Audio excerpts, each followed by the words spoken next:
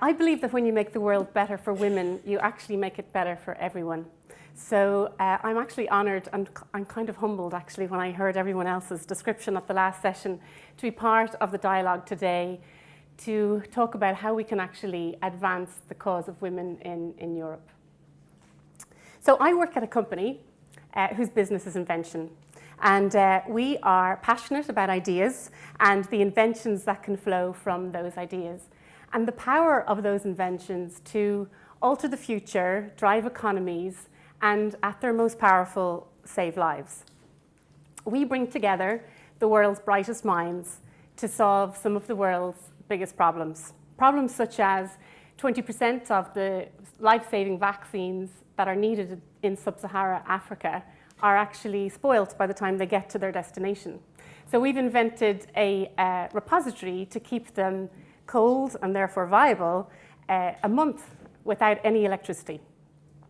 Our other inventions, like we have the world's most effective nuclear generator because it runs on nuclear waste as its fuel. So kind of pretty inventions, pretty good inventions. But we can't help but wonder how much more diverse our thinking would be if there was a better representation of females across the fields of science, technology, engineering, and maths, STEM, which are the cornerstones of invention.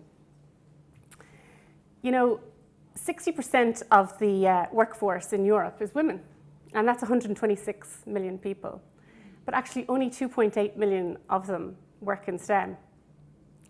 That's actually out of a workforce of a potential 9 million of the STEM European workforce. So, you know, there is definitely a gap. And it's backed up by the figures from the OECD, which say there's a huge gender gap within the sciences. And in case you're in any doubt as to the benefit of having a better gender balance in the sciences and therefore invention, maybe we should look at a few that didn't quite work out. First of all, the first voice recognition system that came about was designed by a team of male engineers, and it could only recognize the voices of men. Probably not, you know, with global application. The second is a bit more serious, actually. It was the airbags, the first generation of car airbags. Again, was designed by a group of male engineers and could actually only save the lives of adult males. And, you know, there was actual avoidable deaths of women and children. So it can be pretty serious stuff. So, you know, much as though we don't see a lot of women in STEM today, it's not like they're not without their pedigree. But before I go there, let me tell you about a comment that was made in the late 18th century by a patent commissioner of his time. And he said, of course he wouldn't be patenting anything from a woman because, you know, to publicly proclaim your ideas would be a monstrosity of unwomanliness and presumption. Now, thankfully, we've moved on. And there are a lot of women inventors. And let's look at Stephanie Kolak. Stephanie decided she wanted to get into the sciences after she was rejected as being a doctor. So she got into the sciences and she developed a fiber called Kevlar. And it's actually the main fiber used in bulletproof vests today. Stephanie credits sticking with her subject and her success to her parents, who she said provided her with all of the right inspiration and support that she needed to get to where she was. Or you could look at Grace Hopper. Grace is well known as the main inventor of COBOL, the universal programming language. Grace credits her father, actually, with her success. She said he taught her to go after what she wanted. We can also kind of have a sense of what Grace was like, because she was the person who actually coined the phrase, it's easier to seek forgiveness than permission. So I'd say she was one challenging lady. Or if we look at Donna Shirley, Donna actually led the NASA team which invented the first Sojourner rover, which landed on Mars. So it was the first one to land on Mars and explore the surface. Donna freely admits she was rubbish at maths in school. But she'd read a book at an early age that inspired her. She wanted to become an engineer. And so she realized, okay, I'm kind of rubbish at maths. That means I'm not going to become an engineer. I'm going to have to get over that. And she herself admits she just had to sweat it out and get there. Of course, she did do that, and then she got to college, and her college advisor of engineering said to her, don't be ridiculous, girls don't become engineers. But Donna stuck with it, and thankfully she did. So look, they're all women. They've all got different stories, different journeys. But I think the one thing that stood out to me that really was common is that they all had somebody in their lives who supported them, who inspired them, who believed in them. They also had determination and the courage of their convictions. So why do we still have a shortage of women in STEM? I mean, Monica mentioned it earlier, but actually less than 14% of patents globally are credited to women. So there's multiple factors. I mean, there is actually a belief out there that boys' brains are wired better to study science and maths than girls. That is still a widely held belief. And actually there's a study that shows if a teacher, either male or female teachers, believes that girls are less capable in science and maths, they actually transfer that belief through their teaching. And then the girls start to believe it. And so the belief becomes the fact. The girls don't do well in maths. There's also the unconscious bias. We heard about that earlier, which exists. And there was actually a study I found really interesting, because we do hear about unconscious bias in workplaces. But there was a study done in a museum which recorded naturally occurring conversations with families.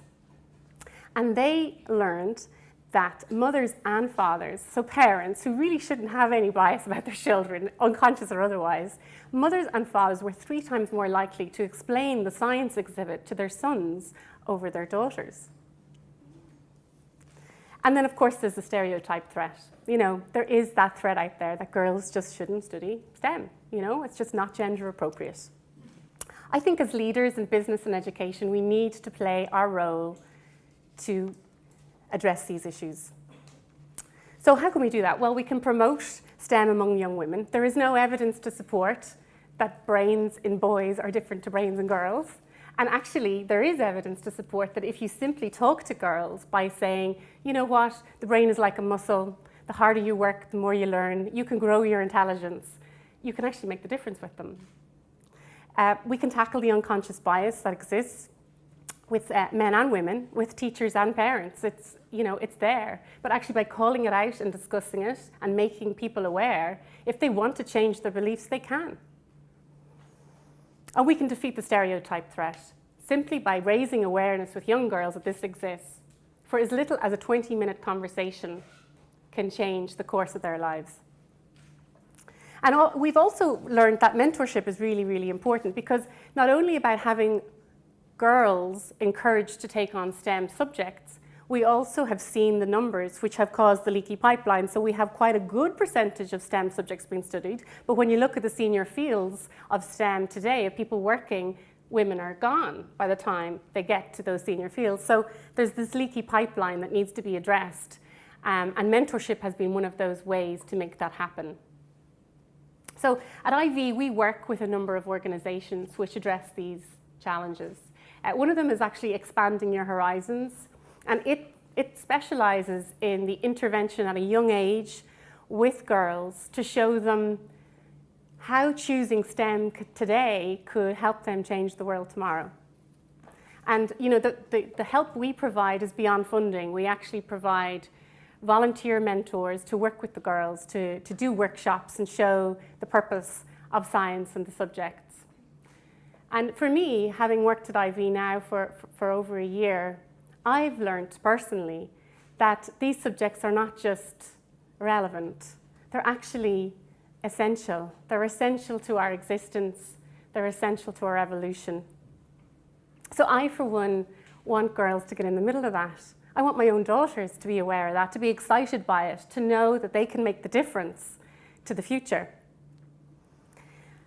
So please join me today. Let's commit as leaders of the community to come together to reduce the gender balance in STEM. Thanks.